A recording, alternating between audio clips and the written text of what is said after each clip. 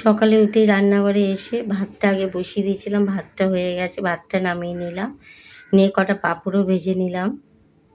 পাঁপড় ভেজে ওই তেলেই আবার কটা পটল ভেজে নিলাম, নিয়ে করব পটল আলুর তরকারি। ওই পটল ভাজার তেলটা একটু কালো হয়ে যায়, তার জন্য পটল কটাই আমি ভেজে নিলাম।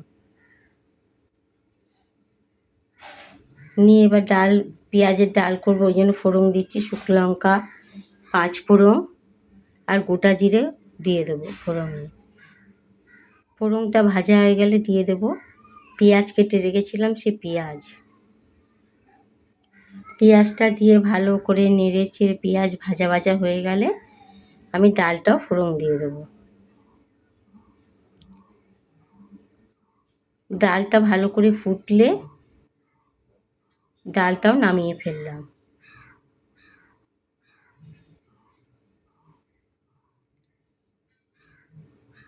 এবারে সে মশলা দেব, পটল আলুর তরকারি, কয়েক টুকরো আদা দিয়েছি আর জিরে দিয়ে দেবো 1 চামচের মতো, আর দিয়ে দেবো চালমগজ, আর আলু কেটে নিয়েছি, আর একটা টমেটোও কেটে নিয়েছি।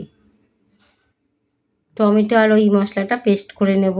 আর এদিকে আলুগুলো আমি ভেজে নিলাম,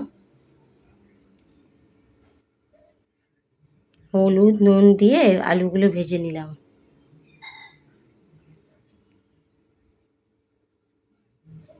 আলুগুলো ভাজা হয়ে গেলে কড়াইতে আরেকটু তেল দিয়ে দিলাম শুকনো লঙ্কা ফোড়ন, দুটো তেজপাতা, আর দিয়ে দিলাম গোটা জিরে।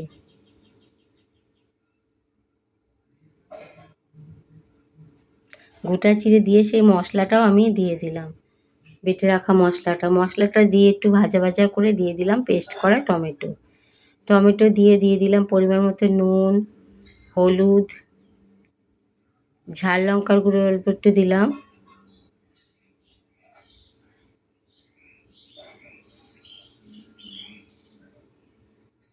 আর দিয়ে দিলাম কাশ্মীর রেড চিলি পাউডার। দিয়ে মশলা ভালো করে কষিয়ে নিয়ে আমি দিয়ে দেবো একটু চিনি।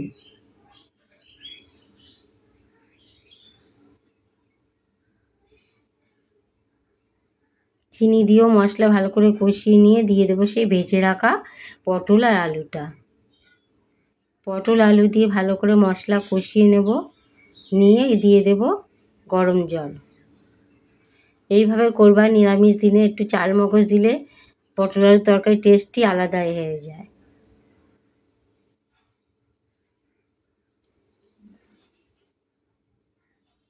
সবাই এরকম করে করবেন, দেখবেন দারুণ খেতে লাগে। এবার গরম জল দিয়ে এবার ভালো করে ঝোল ফুটলে, আলু পটল সব সেদ্ধ হয়ে গেলে নামাবার আগে আমি একটু ঘি দিয়ে নামিয়ে ফেলবো। এই ছিল আমার দুপুরে রান্না, আর পরে কটা ভাত করে নেবো, তাহলেই হয়ে যাবে। কেমন লাগলো ভিডিওটা সবাই একটু জানাবে কমেন্ট করে। ভালো লাগলে একটা লাইক করে দিয়ে আমার পাশে থেকো। সবার দেখার অনুরোধ রইল। সবাই ভালো থাকো, সুস্থ থাকো।